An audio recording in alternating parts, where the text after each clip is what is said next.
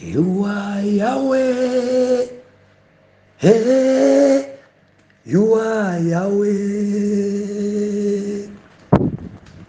You are Yahweh.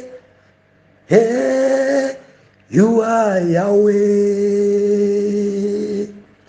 You are Yahweh. Alpha and the Omega. You are Yahweh. Alpha and the Omega. You are Yahweh. You are Yahweh. Hey, you are Yahweh. Ndinu Yahweh. Oh, Ndinu Yahweh. Ndinu Yahweh. Oyamba ndiwotsiriza. Ndinu Yahweh. Oyamba ndiwotsiriza. Ndikulandireni okondedwa omvera konse kumene muli. Heneleke ichale mtumiki wanu believer lero pa 11 December 2023 sabutopiki kukwanilitsa pangano. Haleluya. Kukwanilitsa zimene mudalonjeza. Musaiwale mwana mulungu ndili mtauni ija ya Beira mdziko la Mozambiki. Believer tapambana, tagonjetsa. Yesu chikho warenga. Chikho warenga Yesu. Chikho chija warenga Yesu. Mamuna Yesu wapambana. Chikho warenga Yesu. Maintercessor pate yachitika zazikulu. Mulungu adzilemekeza. Ana Mulungu, Mulungu adzilemekeza kwambiri kuno ku Mozambiki. Tamona Mulungu okhala Mulungu. Ndineyo ndikudziwa simunakhale chete maintercessor ana ayawe ena mpaka nakusala kudya masiku ochuluka. Mama wa aliwonse ena nkumapembedzera, ena masana, ena usiku, ena ma midnight. Kukangoti tsiku ikuyamba ali pa maondo kalekale. Ambuya nanu muchite nawo, ambuya nanu muyende nawo.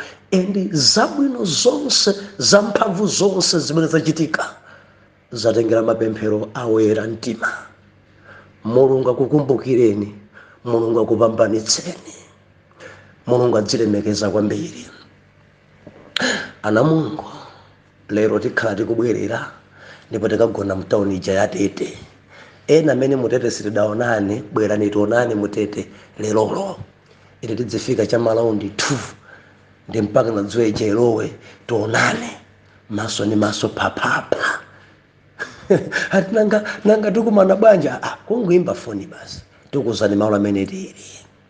Haleluya. Moti tidzifika mmodzi ndikuti ndi lachiwiri. Bangula tidzifika lachiwiri. Mulungu amene atiyendesa bwino pobwera, Mulungu yemweyi atinyamulanso nkuyenda bwino mpaka nakafika ku nyumba. Ndipo chikhulupiriro ndili nacho kuti tipambana ende chilichonse chili mdzanja la Mulungu. Tazungulira ife taoni ya Beira. Paja kuno kuli doko.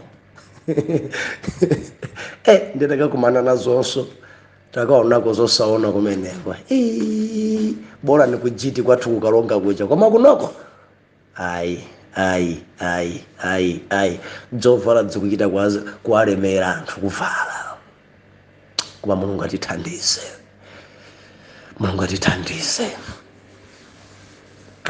Believer tinasiyana sabata yatha timanena kuti kukhudzika ndi vuto la wina. Endi tinaona ife ana a Yakobo, ana a Israeli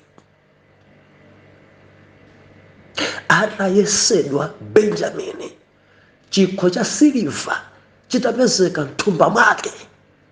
Baibulo ikunena kuti onse aja anang'amba mayalawo, aliyense kung'amba kukhudzika. Amadziwana pakati pathu pano palibe wosolola, palibe wakuba. Kung'amba kwa mayala kuja kumatanthauza kuti adabwa chadzandiyani. Izizi sizingachitike. Kung'amba kwa mayala kuja kudali kutsimikizira kwa mfumu ya Ijipiti kuti chachitikachi sichidaenere kuchitika, endi pachitika chinyengo china chake. Chifukwa cha kukhudzika ndi vuto la Benjamini, malemba onena kuti onse aja adabwerera. Sadansiyeka ikadakhalero bwa lero timasiyana nga passport yeniyeni pa boda wina gwidwa lero uyu sapita yano nde mbali ukazikonza nde kuti udzatipeza udzatiimbira foni tidzakulandira konko chakujuni nde kuti akunsiya ameneyo. Timasiyana ngakhale pa airport, timasiyana bale kuzilimbikisa kuna wazimu bale mwina Mulungu sanalembe. Mukagwira ntchito kunja nzanofuna sakaweke kumeneko ku Malawi moto wayaka sizili bwino, nde mukumulimbisa chimota bale Mulungu sadalembe. Kukhudzika zili choncho. Tikonze bwanji vuto imene, tingathane nayo bwanji vuto imene. Akuti achina Rubeni, achina Levi, achina Simeoni, onse aja kung'amba mayalawo, onse aja ndikubwereranso. Bwereranso adabwerera padalibe amene adapita. Muzwa chimene Joseph adanena akuti wina aliyense apachoka pitani ndi tirigu, tengani maufawa mukadye ndi ana anu, mukapasenso bambo anu okalambayo, koma uyuyu sakupita. Amuna jakuti sitikupita. Sitikupita. Tili pampano. Haleluya. Mwansanga kwambiri. Loleni lero. Tifule pamene pachifukwa ichita ngati kulingana. Pachatu tikuchita kudzipeza zinthuzi. Zikumayenda choncho. Verse number tikuwerenga Genesis 44. Kumapetopeto kweni kumene tikuwerenga verse number 32 mpaka na verse number 34. Ndio mavesi atatu amene tikuwerenga lero. Verse number 32 Bible inakuti pakuti kapolo wanu anadziyesa chikole cha mnyamata pa atate wanga, kuti ndikapanda kumbwezeranso kwa inu, pamenepo ndidzakhala ndi chifukwa kwa atate wanga nthawi zonse. 33 Tsopanotu mtumiki wanu akhale kapolo wa mnyamata. Mtumiki wanu akhale kapolo wa mbuyanga malo mwa nyamata. Nyamatayo akwere pamodzi ndi abale ache, pakuti ndidzabwera bwanji kwa atate wanga nyamatayo akapanda kukhala ndi ine. Ndingaone choyipa chidzagwera atate wanga. Omvera, lero tikunena kuti kukhulupirika pa mapangano zimene mudalonjeza. Dziko langa ladzaza ndi atambwali kudziwa kunena koma samachita zimene anenazo. Mtchalichi lero mwadzaza ndi anthu odziwa kulonjeza, ndipo anthu amayimbira m'manja nthungululu nkumapanga, liyo athu nkumapanga, liyo ambuye akudalitseni, koma zimene anenazi, zimene alonjezazo, pali kanzimu konyalanyaza, kanzimu kosakwanilitsa, kanzimu kosakhulupirika pa zimene alonjeza. Ana Mulungu mudziwa, Joseph angwira Benjamini. Joseph sakufuna Benjamini kuti apite. Joseph ambweza Benjamini. Now ana a Yuda, a Israeli onse aja adabwerera. Mukawerenga passage chapter number 44 kumapeto kwacho honena kuti amene adafika podzigwesa pansi kudzigubudusa ndi Yuda. Kodi mukudziwa chani Yuda kudzigubudusa? Mukawerenga Bible yanu, Yuda yakudzigubuduza chifukwa chakuti ndiye amene adauza dadi yake, dadi ngati sabwera Benjamini mulandu dzakhale paine. Ndekuti Yudayi adawinda chichewa china, Yudayi adalonjeza, kapena kuti Yudayi adapangana ndi adadi yake, adadi chonde akhale ndi ine. Benjamini akhala m'manja mwa ine, akasowa mudzayang'ane ine, akasowa mulandu udzakhale pa ine. Mudziwa poyamba paja Rubeni nayenso adabwera ndikuwauza dadi, ndimtengeni Benjamini, ndipo tikapita naye Benjamini ameneyi ngati sabwera ananga mudzaphe awiri. Ndiye bambo aja adamuwuza luchoka, ukamba zofiti pano zophana zodyanaso pambana, chimwana chachikulu koma chopanda mfundo. Dadi ngati Benjamini sabwera ananga awiri mudzaphe. Iti ndikuyinda kweneko. Ndimaone namene kuti mpaka na dadi amvomerezi. Sabarata ndi mafukula pamenepa. Ni munthu amtsogoza amene kuti dadi akupangeni release. Ndi adadi jadakana mawu a Rubeni sadamveke. Yuda adabwera pamaso pa atate wake, mnyamata opanda milandu, mnyamata odzichepesa, mnyamata onkonda Mulungu, mnyamata okweza olemekeza bambo ake, mnyamata amene adali ndi ubale wabwino kwambiri ndi dadi wake. Ndakubwera kuwuza kuti dadi, mlole Benjamini tipite naye, ndipo mukadapanda kuchedwa bwenzi titapita kawiri. Dadi nyamarayi akhala ndi ine, dadi nyamarayi mudzamfunse pa ine, dadi ngati sindibwera naye, ngati sabwera Benjamini mlandu udzakhale pa ine. Now anthu ajanyamuka apita ku Egypt, apasidwa chakudya, kenako adayikidwa chikho cha siliva mthumba la Benjamini. The Bible nena kuti adangwira Benjamini kuti sakupita, amene adayamba kung'amba mayala Yuda adabwerera, Rubeni adabwerera, anthu onse aja adabwerera, koma amene akuchita chodzigubuduza, amene akufika pamaso pa Josefe ngati mfumu ya Israeli asadadziulule, amene Yudayi adadzigwesa pansi, Yuda kudzigubuduza, kuchita chochonderera. Bwana chonde, bwana nyamata uyu akangosala nyamata ushu akodingi nimene mudatifunsira nthawi ija. Ife tidakuwuzani tinditate mmodzi koma ngokalamba, tinakuwuzani akulankhula ndi Yuda ndi mfumu ya Egypt amene ali Joseph. Tinakuwuzani ife madala, bambo athu ngokalamba, tonsefe tili ana bambo mmodzi, kumudzi kwangotsala nyamata wang'ono kwambiri, ndipo adadi amankonda kwambiri funi m'bale wake adasowa. Dakuwuzani pano ndenu mudanena kuti mukamabwera mbwere naye nyamata ndi amene. Tamverani bwana mfumu, nyamata uyuyu ndi moyo wa adadi. Nyamata uyu adadi sangakhale moyo akangomva kuti uyu tansiyanso kuno. Adadi tikakwira ndi moyo kumanda, tikatsitsira mutu wawo kumanda ndi moyo ngati Benjamini sapita. Chonde mfumu, chonde ndikuti amene akudzigubuduzayi, amene akudandaulayi, amene akukambirana ndi ndani, ndi Josefe, ndi Yuda. Why? akukumbukira kuti kuli pangano pakati pa iye ndi Atate wake.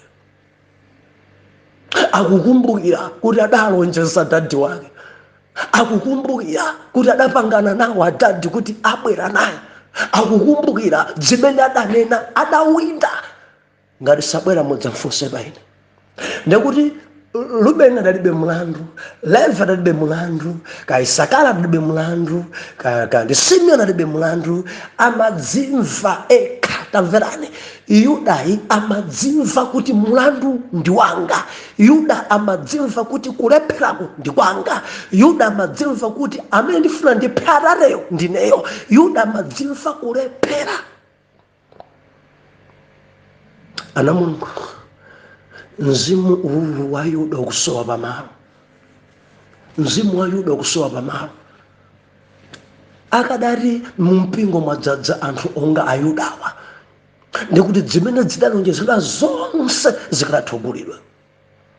Ndikulankhula pano anthu ena kupempherabe pa mtengo. Wina adalonjeza malara koma sadagule malarawo. Zaka zapita zambiri zimene adalonjeza sadagulebe. Pano mpaka na anthu fulo ncheche mulibe. Palibe fumbi kungutha kupemphera aliyense zimfine, aliyense umango tsokomola, mpaka na dzimatenda abusanso biso kupemphera anthu. Wina adalonjeza simenti mpaka na panobe sadagule. Ende adalonjeza simenti yothumba ili pa 5,000 wacha Malawi wacha. 5,000 pano thumba yafika pa 26,000 mwinamo 25,000 mpaka na panobe sadagule. Adalina kuti adzagula marumba 10. Na imene akadagula 10 50,000. Koma lero marumba 10 kuti agule lero pafupifupi 300,000.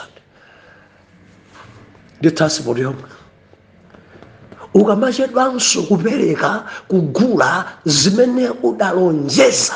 Tamverani, umadzadzigula mtengo wodula kwambiri, ndramazo zitakuvutanso umadzadzigula mwina ukudusa munyengo za paniki. Langizo langa kwa ana Mulungu, tikhale ife okhulupirika pa zimene tidalonjeza. Ine Yuda mandidalisa kwambiri. Yuda ali pa mawondo. Yuda kudzigubudusa. Yuda kudziwa kuti ndidalonjeza adadi akafunsa ine. Yuda alinacho chikumbumtima kuti mlandu ndi wanga. Yuda sakulola kupita opanda Benjamin. Mukumva chimene akulankhula apa? Kumapeto benda werenga kumfuroza kuna kuti mfumu kunyamuka opanda Benjamin kuti bambo akufera. Bambo akufa. Ndipo siziyenda ndakumusa mau umalizira. Chonde ndikudziwa ndithu kuti talakwa. Yuda kuti chonde mfumu tikudziwa kuti talephera. Koma pempho lathu nali. Ndili ndi pempho mwapadera. Mulole kuti gulu lonse la abale anga ipite kukwaniritsa chimene udalonjeza pangano. Mulole kuti Rubeni apite, Simeoni apite, Benjamin apite, Isakara apite, kandi Dani apite, mulole onse apite. Ine ndekha nditsale konkono. Ine nditsale kuno. Ndigwire ukapolo chifukwa cha kuchimwa kwa Benjamin. Mwana Mulungu mukumva zimene akulankhula Yuda.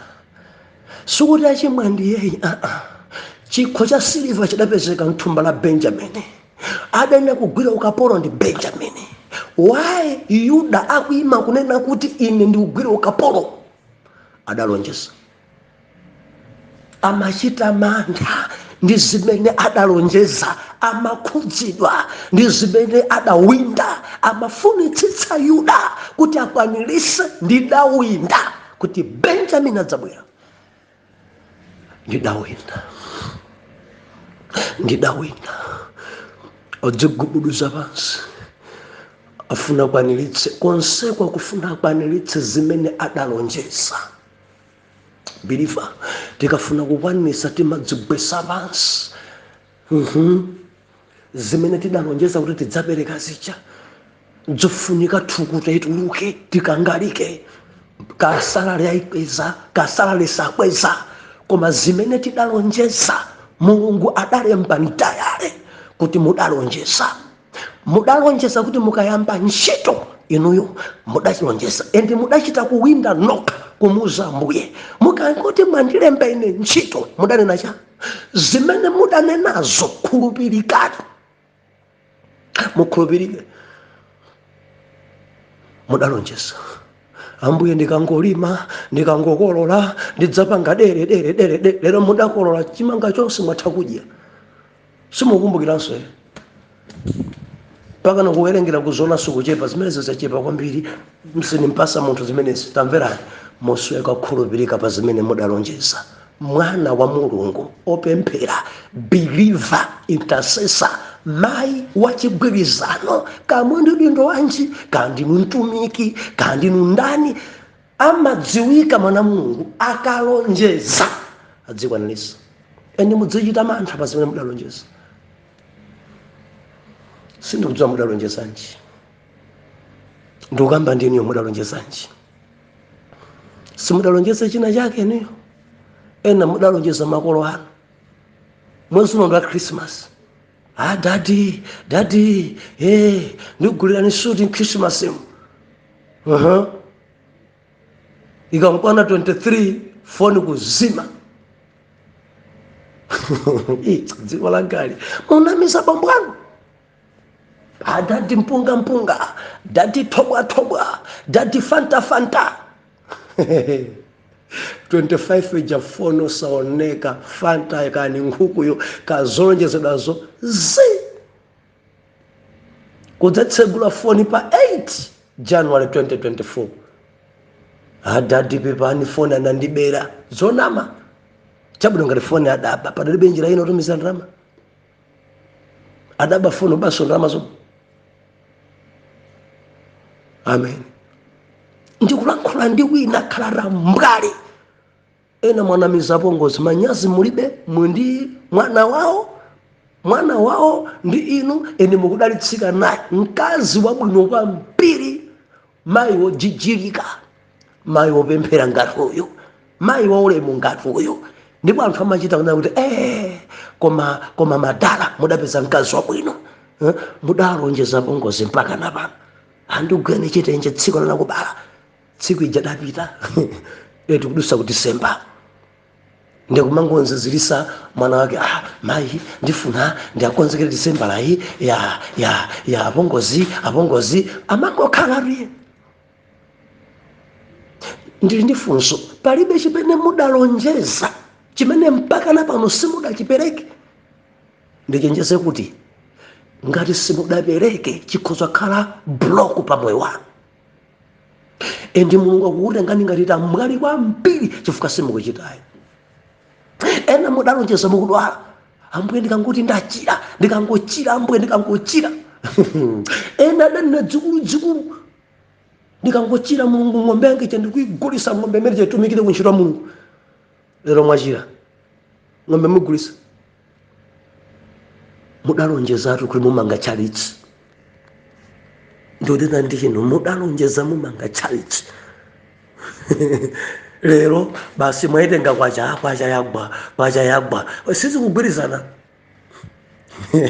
sizikugwirizana kakwacha yagwa chagudu kayagwa ni marako kayagwa ni mutu kayagwa ni nsana ngati mudalonjeza zimene mudalonjeza sochitani endi Mulungu samva kuti pepani Ambuye facho kuti kwacha yagwa ndendale mchibwana cha ntombolende mudalonjezanji mudawindanji mudapangana chani ndi Mulungu ena mpaka na mudadamiza munanu ena kunamiza ngakhale nkazi mpaka na kumulonjeza nkazi mpaka na pano nkazi ubengana mamunacho mangu khulukwa mamuna nkazi kumangonamiza mamulonjeza zambiri mbiri mpaka na pano osimudachite ulopamo ena munana ndigulira njinga simudangulire ena mudamulonjeza gale murosi mudangulire ena mudamuza hodi imeneyi tuuluka imeneyi tipita kunyanja mwapita naye ndikugulira zakuti mwangulira ndionena ndi inuyo kodi mwangulira mudalonjezanje chimene simudachite chimene udalonjeza khulupirika ende chita chodzigubuduza kuti ukwaniritse. Andidalisa Yuda sakupita, Yuda damanga kuang'amba mayala ake, Yuda mpaka naona kuti bwana chonde gulu lonse lipite, ine nditsala kunoko ku Egypt, ine ndigwira ukapolo chifukwa sindikufuna kulandira chowawa pamaso pa Harare, sindikufuna kuti atate anga amwalire ndikuwaona maso. Bora ni Benjamin apite adadi akamve kuti ndasala kuno ndine. Mumalola kuti ndikhoza ineyo kusafala koma zimene ndidalonjeza ndidzipereke. Kodi mumavomereza kuti mukhoza kudusa manyengo za paniki koma zimene mudalonjeza muzikwanilise. Umakhoza kuyimisa zinthu zina pa moyo wako, koma umakonda kwambiri kudya bread, peanut, kaya chani, blue band, zambiri mbiri zothira pa bread chifukwa cha zimene udalonjeza. Uthe kuzimisa zinazo ndikwanilise zimene ndidalonjeza. Ndikwanilise. Yuda kuti sindikupita, kaya mkazi wanga ndisowa koma sindikupitako, ka ana anga dzikalira koma sindikupita ndidawinda, ka dada dzina nachati koma kuti sindikupita ndidawinda. Ende akusoweka anthu opemphera ngati Yuda amene akhoza kukhulupirika ndi kusunga pangano pa zimene iwo adalonjeza. Madalonjeza ambiri lero malilime fika chichi Jesus mfufudzeni tambwali adalonjeza 5 years ago. Sapeleka saima salibe ndipo sakumbukira olo kujijitika kuti akapereka koma dzima lilime liyamando robo tambwali. Mudalonjezanji mudalonjezanji. Ena mudalonjeza mafoni, ena mudalonjeza madara, mudalonjezanji. Ena mudalonjeza ndiwo, ena mudalonjeza chimanga, mudalonjezanji. Ena mudalonjeza rumu dzagula keyboard, ena mudadzagula geneset, ena liya dzagula chani maspika, ena kuthandizira kunchitwa Mulungu. Mudalonjezanji zimene simudachite. Mulungu akuzembekezera. Kanyengo zanu zikuyenda bwanji lero, kazikuyenda bwanji koma Mulungu akuyembekezera zimene mudalonjeza. Khulupirikani ndikuti khulupirikani. Yesani kudzigwesa pansi, imisani zinthu zina, imisani zimene mumazikonda, mukwanilise zimene mudalonjeza. Mukarere mudzatsegula makomo anu. Pali ena mudalonjeza mwina achita kukuyimisani kuchachi na pepani musagule nsanga simenti njera zotilibe. Ambuye lemekezeke ni mbali ina imeneyo pakuchita kumveka ndituna kuti komiti ya church kuti tisagule nsanga simenti khoza kuuma. Mwina njira ina nkwapasa ndrama izisunga ninoka. Ikamakwera simenti yo ndrama zizikwera zili m'manja mwawo. Njenda nimeneyo. Koma pempho langa mukhulupirike za mudalonjeza. Tiphunzire pa Yuda, nyamata okangalika, nyamata odziwa chimene adapangana, nyamata okhudzika, nyamata wachikondi, nyamata owafunira ena zabwino, nyamata olola iyeyo kuvutika koma baada ya chapite mutendere. Nyamata mandidalisa kwambiri Yuda. Ndimafuna ndikukumbutseni chochita kuliza pwerere. Mudalonjeza chani? Kancha chikulu, kancha ching'ono. Mudalonjeza chani? Kandi kuchalichi, kandi abale anu. Mudalonjeza cha? Nikangopita kunja ine, mudalonjeza cha? Abusa ine nikangokwatidwa ine, mudalonjeza cha? Abusa nikangoti ndabala ine, mudalonjeza cha? Abusa ndikangochira, mudalonjeza. Tamverani Mulungu akuchidikirira. Khulupirikani ngati Yuda. Imisani zinthu zina, muyimise zinthu zinazo. Chitani kaya za Mulungu amene mudalonjeza, kwaniritsani apase. ndikulankhula ndina kundivomereza busa zinthu zanga sizikuyenda yayi mwina nkutheka zimene mudalonjeza simudachite yayi zatseka tsogolo bwanji tikumanenso mmawa tikumane mmawa pamene tili Mtete tikutsanzikana kuti tilowe Malawi mawa khulupirirani pa zimene mudalonjeza. Atate mwana wanuyu adalonjeza zinthuzo uyu mthandizeni akumbukire uyu adalonjeza ku church, adalonjeza kwa abale uyu adalonjeza kwa apongozi ake, adalonjeza kwa makolo, adalonjeza. Mthandizeni mwana wanuyu kuti akwaniritse ayimise zinthu zina achite kudzigubuduza pansi kuti apereke zimene adalonjeza ndicholinga chakuti makomo ake andaliswa tseguke chichiteni chipolemekeza dzina lanu oyera mtima tonse tiyankhe kuti amen and amen. Tete get ready.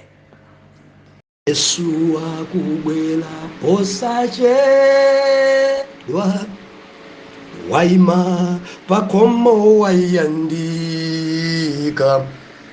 wondikonzekera kukumana naye dzamona ndekha Yesuyo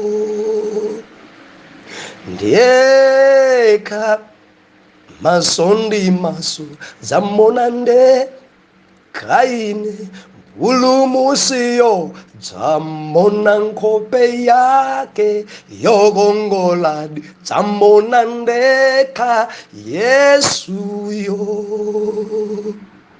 ndekha maso ndi maso dzamona ndekha ine mpulumusiyo dzamona nkhope yake yokongoladi dzamona ndekha Yesuyo.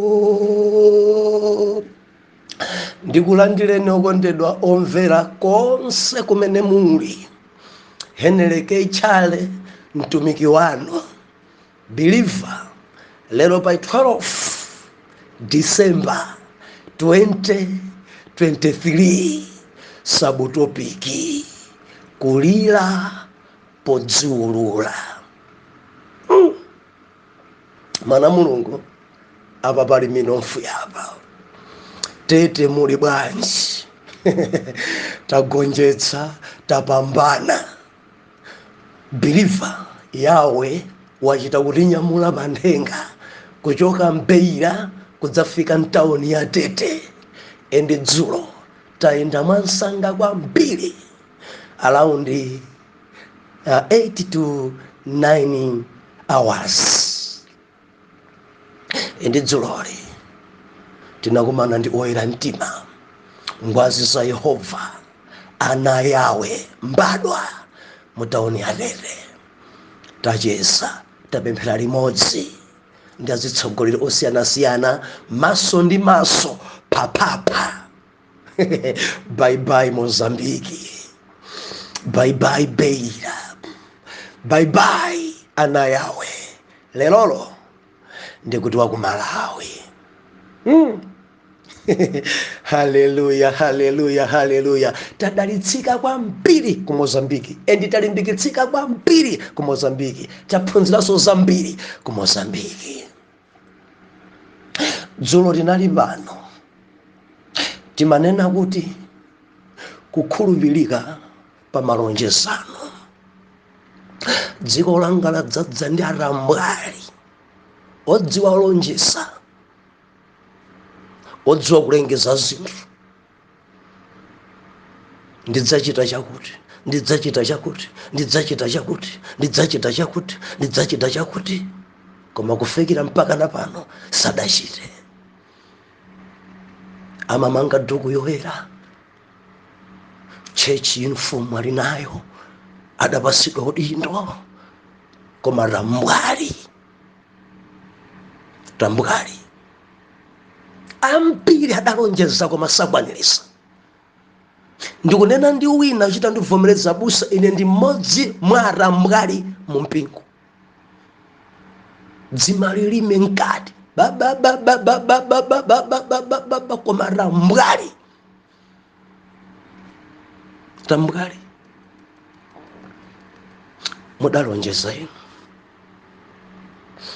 mulungu akudziyembekeza malata amene mudanena nokha pakamwa pano endi mudalonjeza malatawo asanadule lata ili pa 3,000 mudanena nokha kuti mudzagula malata 20 pano ndina pano lata ya 3,000 jiyafika pa 13,000 simukugulabe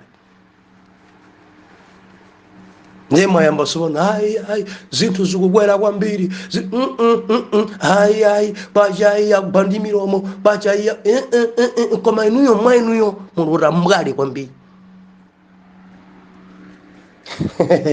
kunyala nyaza chinzimu choyipa Yuda anati kwa Joseph mfumo ya Egypt asadadziulule akumuwuza kuti sitingapite kopanda Benjamini.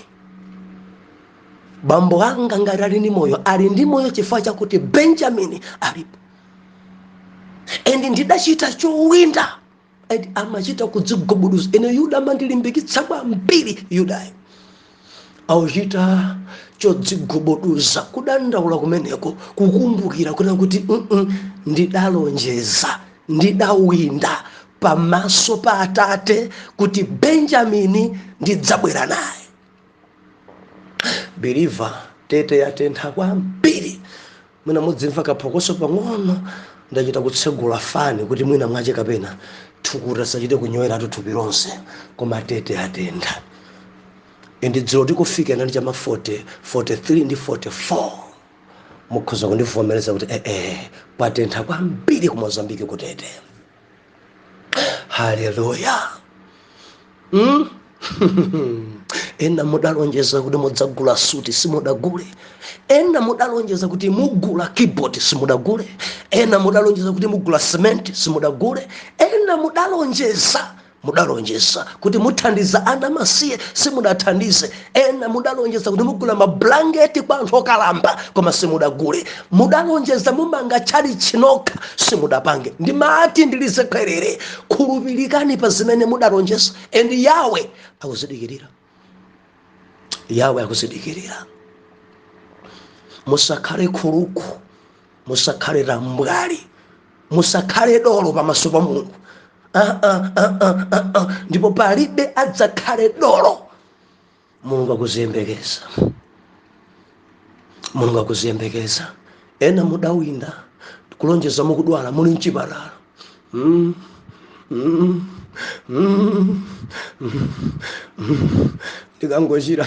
Ndikangochira mbuzi yanga ndikuigulitsa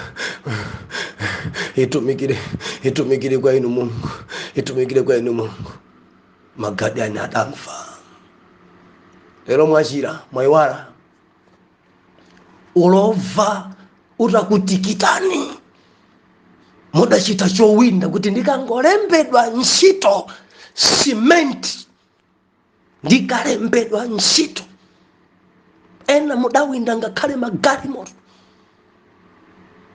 pano zidayenda ntchito mudalembedwa mofesi mudalowa mwaiwala. Ena mudawinda ndikangoti ndabala ndikangobereka ine ambuye ndikangobereka ine ndidzapanga zakuti pano mwana zaka 4 mwana zaka 4. Ena ndina pano mimba yachitatu, ena ni mimba yachiwiri koma mwana woyambayo mudawinda kuti mimba itseguke mpaka na pano simudakwanilisa zimene mudalonjeza. Mulungu akuthandizeni. Mudawinda chani? Mudalonjeza cha atithandize Yuda atithandize atiphunzise. Yuda akuchita chodzigubudusa. Yuda misozi kugwa m'maso mwake.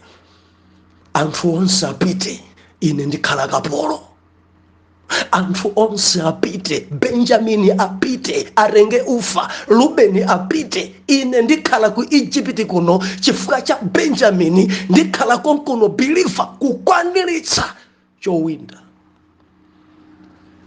Kukwanilisa chowina mwadzadzara mwali mu mpingo, akachali, madolo, magube, makhuruko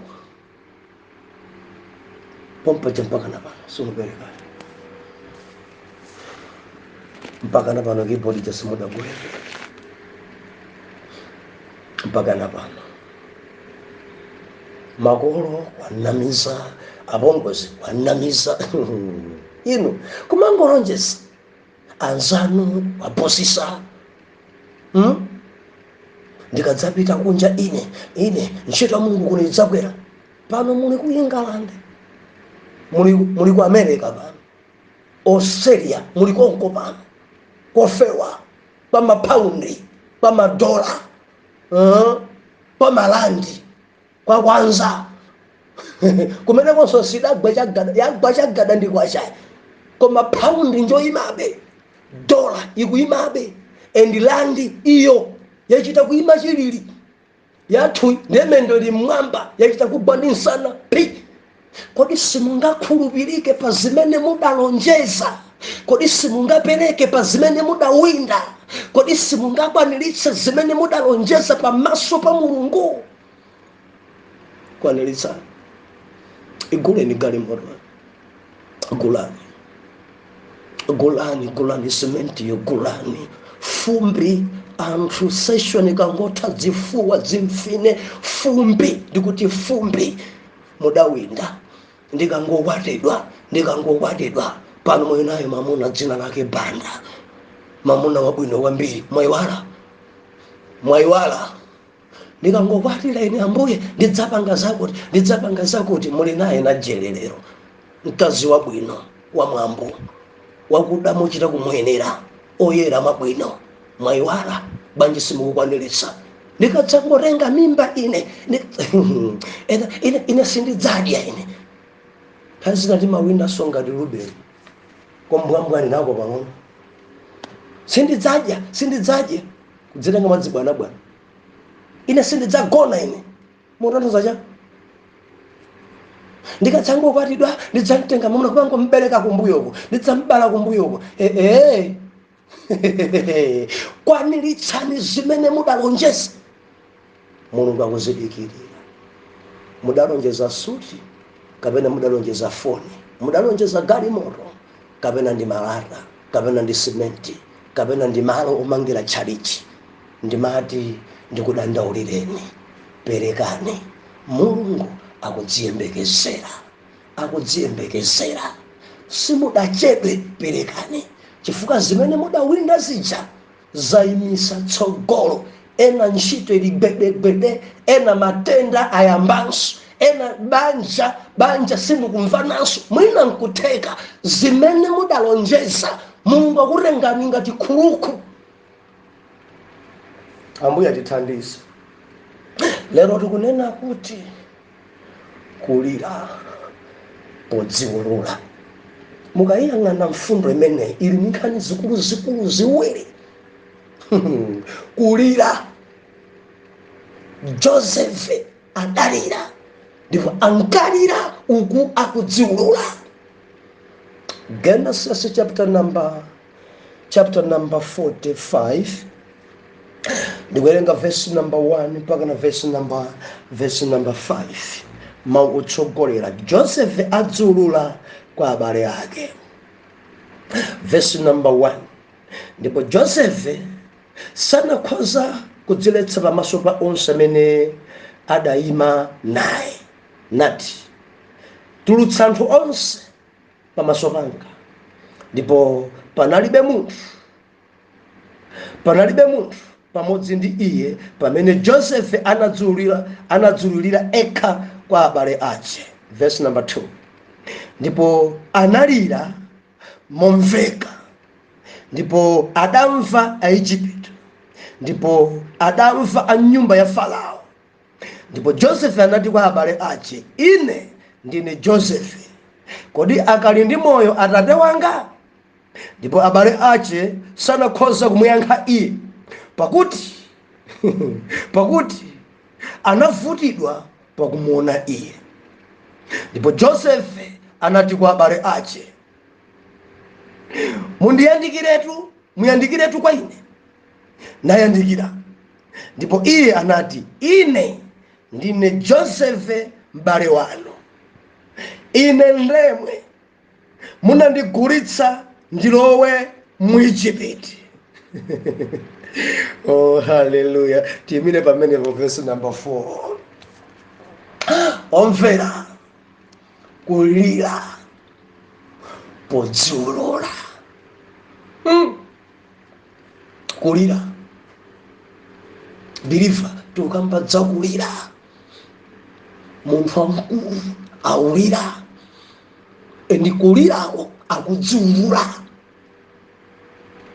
Dziko langa ladzadza ndi anthu odzibisa, odzizambaitsa, sadziulura ngakhale mpang'ono ponse. Taina ni manena pano. Chifukwa cha ulemerero umene Mulungu akuphimbani nawo, sitingathe kukudziwani. Mudachoka kuno muli ochepa thupi, koma chifukwa cha ulemerero zimene mukudya ndi zimene mukuvala mpofuta kwambiri kuti tikuzindikireni. Mulungu adakukwezani, Mulungu adakuphimbani. Kale lija mudali woterako, koma chifukwa cha ulemerero kusamba pa tsiku tayimusi 4 dzapangisa kuti muoneke akhungu oyera. Kureku ngati simunena, ngati simudziulura, sitikudziwani. Pali phunziro lero, kudziulura. Mwana Mulungu anthu kudziko kuno adziphimba, anthu adzibisa kuti ena sadziwe. Kulira Kodziulura. Believer, ndikamakamba za kulira, si wedi ya chilendo paino. Kulira. Endi kulirako kuli mageredi kulira. Believer, kudziko kuno anthu amalira. Kodi mudamvapo kale mwana akulira? Believer, sanitsutso damva mwana akulira. Mwana amalira kandi pa nyumba pawo, mwana amalira kandi munsewu, mwana amalira kali kumbuyo mwana. Fosanga mkumari mutati muyenda kandi mmodzi ndiye pa nyumba pena mwana akulira.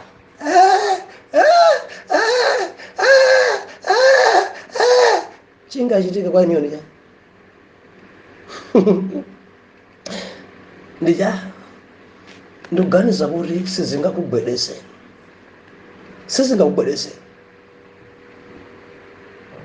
Chifukwa chakuti mwana kulira nkukhala kwache. Nthawi zina mwana amalira akunena, koma chifukwa chakuti voice yake sipamveka, kunena kwa mwana kumakhala kulirako. Mwina nkutheka kufuna kuyamwa, ndi sauza amayi ake kuti tifuna ndiyamwe, amangolira.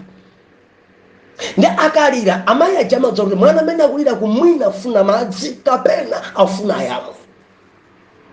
Nthawi zina mwana amalira kulirira moto, ndikukamba za moto weniweni, mayi ake anthawisira mbawula, pomwepo mwana zigobulise.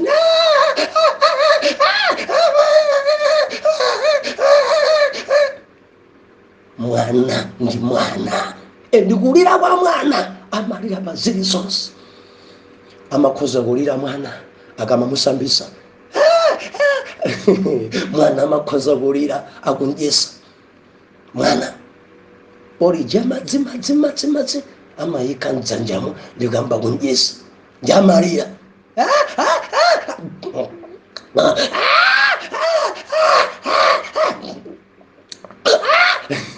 Amene ndi mwana amalira ngakhale akudya. Mwana ende akamalira mwanayi tikamadusa ife munsewu, tikamadusa ife munjira, kati kudusa kutseri kwa nyumba imene sizimatibwedeza. Waye mwana kulira kukhala kwake. Ndetike grade number 2 akulira ndi mzimayi. Ndi mukudusa pafupi ndi nyumba imene yoyo mwina ali banja kulira, ndi mumpeza kulira.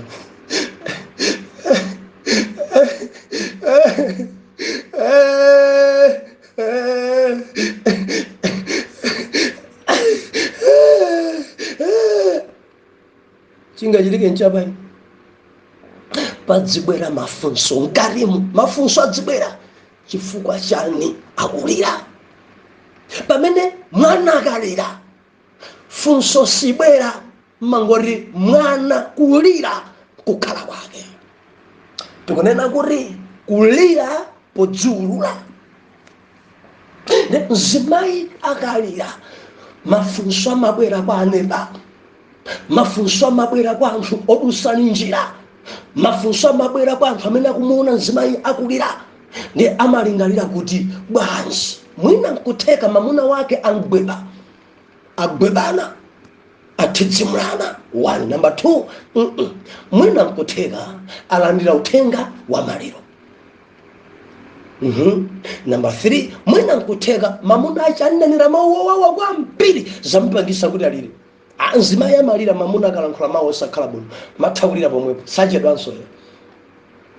Amabwera mafunso, waye mzimayi ameneyi akulira nchifukwa chani mzimayi amene akulira chonchi wachitika maliro kapena. Ende ngakhale uli pa njinga kupalasa njinga umayamba kuyima kaya mwina nkufunsa anthu ena mayi akulira ifaya sungapitirize kuyipalasa njinga uyima basi. Mwina nkutheka kuthidzimulana ndileletse, mwina nkutheka pali uthenga wa maliro, mwina nkutheka chachikulu chachitika. Akalira mayi zimapereka mafunso ochuluka. Step number 2 ndimeneyoyo. Ndifuna tifike pa step number 3. Mzibambo akulira. Believer mundivomereza mzibambo akalira zimakhala kuti zinthu zavuta kwambiri. Akadzalira mzibambo kulira ndikuti anyamata alaona kuti ndikuti pa ground paterera. Mondimva ngati mudapitapo pa maliro mzibambo akhoza kuti mwana wake amwalira, modzampeza mwina akhala pa mpando kapena kukhala pansi pa khonde ende akulonjana ndi anthu. Mzibambo amene akulonjana nawo mwenda bwanji amafotokoza bwinobwino. Bale zimene zachitika, mwana namba dwala kutentha thupi ndithu tapita naye pa chipatala paja ambaya Jackson kena kutipanga lifa chipatala chachikulu. Tafika kuno kuboma kuja adora na SS kena kutipanga lifa tipite ku Lilongwe kapena kuti tipite ku Blantyre ku Queens. Tidafika kumene kuja dilipi sinate Dr. Uzana basi mwana walisia mwana alisia ndiamfete apepepepepep mzibambo aulira. Akadzalira mzibambo paterera, akadzalira munthu wamkulu pagwedezeka, akadzalira bambo akalira pamakhala kuti zinthu zasokonekera. Ende mzibambo akalira mudzi wonse umayimirira ende palibe amene angapalase njinga. Mzibambo akulira pa nyumba pake ende voice imachita kumveka ni munthu wamkulu.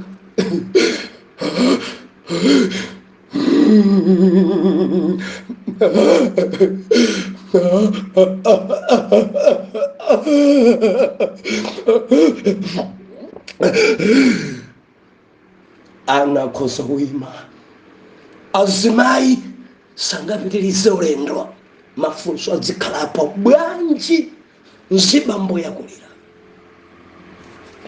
Zimakhala zavula, zimakhala kuti zinthu zasokonekera. Akalira mzibambo dziko limagwedezeka.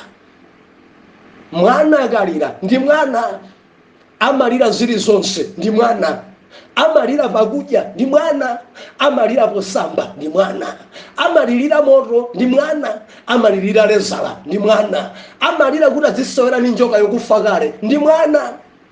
Mwana kulira nkukhala kwake, mwana kulira nkulankhula kwake, mwana kulira nchikhalidwe chake. Koma akalira mzimayi mafunso amabwera atatu.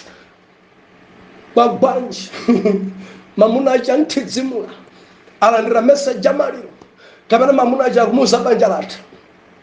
Akadzalira mzibambo mudzi wonse umachita kugwedezeka. Banja ati bambo aphiri akulira, aphiri akulira ndekuti kwarerera anthu amabwera, anthu amayandikira. Madala bwanji chachitika nchani, madala bwanji kulira. Ndiyati unena kuti Joseph akulira koma Kodziulura zidakhala bwanji. Yuda akudzigubudusa, Yuda akulira pamaso pa Joseph, ndikhale kapolo ndine, Benjamini ndi Rubeni ndi Simeoni apite, onsewa akasiye ufa ku nyumba, koma ine ndikhale kapolo. Baibulo ikunena kuti Joseph adalamulira kuti Maigupti onse achoke patali, adathamangisa onse, aliyense achoke pano, onse chakuchoka kukhala panja pa mpanda, adakhalapo ekha ndi abale ake. The Bible ikunena kuti Joseph adalira. Tukamba zoti mfumu adalira, ndikunena kuti bwana adalira, ndikunena kuti wamalondoja adalira. Mukawerenga buno passage atamponya mdzenje sadalire. Mukawerenga passage ali kwa Potifara ngakhale adanchita nkhanza sadalire. Mukawerenga buku la Genesis adalawa mpulizoni Joseph sadalire. Koma Bible ikunena kuti akulira Joseph Kodziulura makamaka chifukwa chamene Yuda adafotokozera nkhani yake, ponena kuti ndikhala ine kapolo koma Benjamini alipite ku nyumba chifukwa bambo akamwalira ngati Benjamini samuona. Hallelujah. Adadziulura. The Bible nakuti anthu adadabwa, adayima kunja kwa mpanda ya nyumba ya Joseph ku Egypt, akuti adamva voice ya Joseph akulira. Azimai adadabwa ku Egypt, abwana ku nyumba ya Farao akuti adamva kuti Joseph akulira mkati mwa mpanda. Aneba adamva kuti Joseph akulira, dziko lidagwedezeka, Joseph akulira babanji. Amunacha adamuna Joseph akulira. The Bible ikunena kuti adayamba kudziulula kuna kuti abale notandikira kuti ndaona kuti ine ndine Joseph mbale wanu. Arangonena mau awa abale aja kuti sadathe kumuyang'ana wina aliyense mutu pansi, akuti chikumbu mtima chidapeza, sadathenso kumuyankha, sadathenso kumuyang'ana. Aliyense nkakumbukira nkhanza zimene adanchita. Ndikuganiza Simeoni akukumbukira kuti mayala aja ndidathothola mabarani ndine. Ndikuganiza kuti Levi adakumbukira kuti ndidankhapa nayo khofi pomvula mayala. Ndikuganiza achina Dana kukumbukira kuti ineyo ndamene ndidamgwira kumponya pansi. Ndikuganiza akukumbukira achina Yudawa akukumbukira ineyo ndamene ndalandira kashi pontakata ndi Ismaeli kuti tigawane ndalama zake. Akukumbukira wina akukumbukira ndamene adapha mbuzi, kutenga mwazi wa mbuzi kupaka mayalaja kauza dadi zomwe zidachitika. Ankakumbukira malembo anena kuti sadathenso kumuyankha, sadathenso kumuyang'ana, sadathenso pangana chilichonse, aliyense nkhope pansi. Joseph akuti no, tandiyandikirani. Amanena maulamuliro, tandiyandikirani. Alonso chokumuyandikira, tandiyang'anani. Aliyense kumuyang'ana akuti ine ndine Joseph mbale wanu. Uja amene mudamgulisa, amene mudapangana kutchire kuti munchite choyipa, amene mudamvula mayala ndi kumponya mdzenje. Ine ndine Joseph mbale wanu, mwana wayamba mberera lake Benjamini, mwana wathotsekera khomo. Ine ndine Joseph. Adadziulura. Abale ajanjenjenje wina kukumbukira eka zitha bwanji ati njala, zitha bwanji ati manga, zitha bwanji pangabata, zitha bwanji adadziulura. Ndimafuna alize kwerere believer tayapa nemafumira ndimaliza mawa pase jimene mandikuza ne chinthu ichi kudziwa kuno kwadzadza anthu odzibisa kubisira abale anu. ndimanena kuti chifukwa cha ulemerero zimene mukudya ntchito zimene mukugwirazi matupi anu adasinda sitikudziwani. Mukamakumana ndi m'bale munsika muuzeni nimakhala kwakuti koma mpiri kuzidisa nimakhala chapompa apa akusonya ndi dzanja zake zonse 5 nimakhala chapatseri apo kumpasa munthu mapo. Simungadziulule pa abale anu tiyeni kunyumba. Simungadziulule kuti ine ndine Josephe. Simungadziulule kwa uzanzanu ena mudaphunzira nawo sukulu lero mudalemera. Mukamakumana naye dziululeni. Ena kumavala dala zimatinted. Mukudzoti auja ni m'bale wanga uyo chitinted maso kusintha dala ma language. Simungafike pamaso pa abale anu muli bwanji koma mukwadzinganso kwavutisa ndi chilankhulo konjani iye nzano kubwera kumene ni m'bale wanu zoti uyu achoka kumangochi usu ni m'bale wakunsanje usu ngwakunzimba angazidziwo zako kunjani lero ndi lero. Musamazidise. Tadzululani akudziweni abale. Tadzululani abale anu akudziweni. Joseph adalira podziulula. Angati amene mwadzibisa, angati amene mwadzipimba, angati amene mukubisalabe, angati amene simukulula kwa abale anu, angati amene ndunandi angati kunguvala basi head chapewa mutu mubasi asandidziwenso amakudziwani bwino ndidazi lero mutu mwanu mwavala china chache chisori sakukudziwani tachichosani chisoricho muyambe kudziulula kuti ndinu aphiri kapena banda. Ndikulankhula kwa wina wake mwakhala mukuzibisa kwambiri mwa abale anu. Zibisa blanta yomwe mmakhacha pati mbale mtauni mu blanta iko babale Lilongwe yake ni mbali iti ati mbale mu Lilongwe ndikukhala ku Kapitolo ndikuti ati ku Kapitolo mzuzu uyu ngwa mkulu mukhala kuti kuchiputula mchenga uduwa mumataifaku mumakhala chakuti watata wa mama. Simungadziulule kwa abale anu. Sindamalize mawa mundilondole. Titumikira tili kubangula kunsanje mawali tidzaombe mkora pakulira podziulula arare mdzina la Yesu. Kudziwa kuno Jehova kuli anthu amene akuzidisa. Kuli anthu kudziwa kuno amene akubisala. Safuna kudzizindikiritsa kwa abale awo. Akafika mu chalichi amangobisala. Akafika ku ntchito amangobisala. Akakhala kumalonda ku business kumangobisala. Adada ndikupemphera lolani kuti tidziulule kuti timasule abale athu akhale pa mtendere. Tsogolereni Ambuye mdaliseni mwana wanuyo. M'dzina la Yesu era mtima tiyankhe kuti amen and amen.